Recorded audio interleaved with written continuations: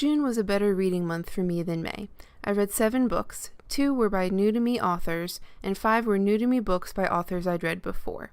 Regarding authors, 6 books were written by a woman, none by an author of color, and 5 by a queer author. Regarding main characters, 2 books had at least 1 woman, 1 had at least 1 POC, and 5 had at least 1 queer character. One of the books I read was a graphic novel. I DNF'd 1 book. The primary genre spread was 4 romance, 2 sci-fi, and 1 fantasy. My ratings were all across the board this month, with 1 5-star book, 2 4 stars, 1 3.5 star, 1 3 star, 1 2 star, and 1 1 star. The graphic novel I read was Low Volume 1 by Rick Remender, Greg Tocchini, and David McCaig. It's about a post-apocalyptic world in which humans can no longer inhabit land and build civilization in the depths of the ocean. The synopsis for this story was right up my alley, but the execution of characters and plot fell flat. The artwork was nice, but occasionally it was difficult to tell what was going on. The characters didn't really grow, just constantly changed their actions or viewpoints according to what message or tone the author wanted to send at any given moment instead of what made sense for the characters. There was a lovely reunion scene, but a couple pages later, a massive backstab that made no sense, and then flimsy character motivations that tried to get around plot holes. The few flashback scenes that made me care about a character were blatantly included to strong-arm the reader's emotions at the bleak events that followed. Also, there was a ridiculous amount of scantily clad or nude women for no reason. The theme of optimism is a nice sentiment, but the depiction of the main character's hope and positivity in the face of the horror she and her family encounters just comes off as naivety. I rated it 2 stars and will not be continuing the series. I read 4 out of the 5 stories in the Love Lessons series by Heidi Cullinan, and as usual, they all offered more sweet contemporary romances focused on college-aged characters. There are some fantastic quotes throughout the series that I've saved on Goodreads if you'd like to take a look. There's a link to my Goodreads page below the video. I gave the first book, Love Lessons, 4 stars. I loved the demonstration of a healthy family and what it meant to each character. The second book, Frozen Heart, was a short story that expands on the epilogue of Book 1. I was going to give it 3.5 stars because of the slightly weird sexualizing of Disney trailers and being beaten over the head with the themes, but ultimately I finished with a smile on my face. What more is there to ask from a story? So I rated it 4 stars. The next book, Fever Pitch, got 3.5 stars. Some pacing in the middle dragged a bit, and characters were uncommunicative for slightly longer than I had patience for. The action at the climax, while it probably could realistically happen, seemed off to me based on the tone of the rest of the book. It also seemed a weak way to resolve the conflict when Cullinan is usually so deft at conflict resolution. However, the high points of the story and characters were glorious, and I cried at least twice. Walter gives Randy a run for his money as my favorite Cullinan character.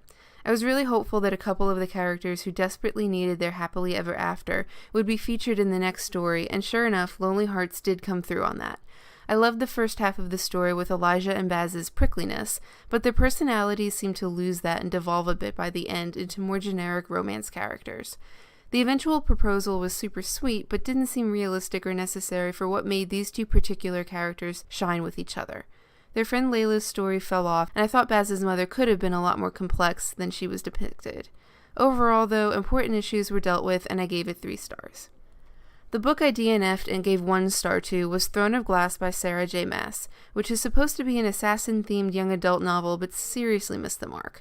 This book is ridiculous. There were so many holes in the story that the progression of scenes and dialogue made no sense. For example, Selena, despite dealing calmly with brutal insults for the entire book up till this point, shakes with rage and resolves to kill a man after a completely innocuous one-liner. The book needed massive editing to weed out issues like referring to the same event as happening simultaneously that day and several days ago. The focus on appearance throughout the story was disturbing and eye-roll worthy. Selena, the most feared assassin, goes weak-kneed and wants to kiss the son of the Tyrant King because he's pretty. She constantly checks her appearance and evaluates others, then goes back and forth with caring and not caring about how she looks. The same ping-pong happens in topics of conversation and whether she likes or hates someone at any given time.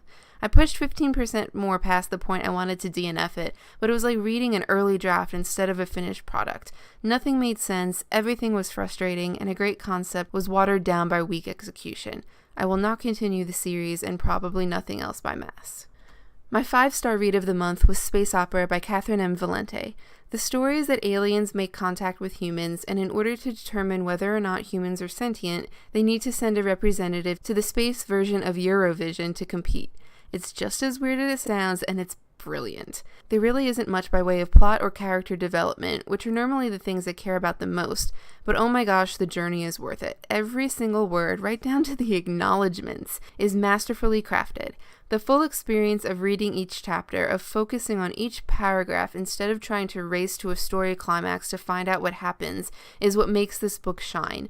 The humor and absurdity are immensely entertaining, and there are often sobering, thought-provoking turns of phrases popping out of that silliness that build the whole thing into a meaningful joyride.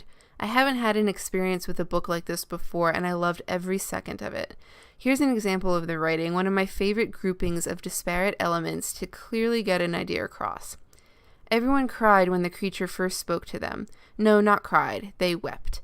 They wept like the cavemen of Lascaux, suddenly transported into the Sistine Chapel just in time for a live performance of Phantom of the Opera as sung by Tolkien's elves. The book style isn't for everyone, but I do recommend at least trying it. That's everything I read in June. Let me know in the comments if you read any of these books and what your thoughts on them are. Thanks for joining me.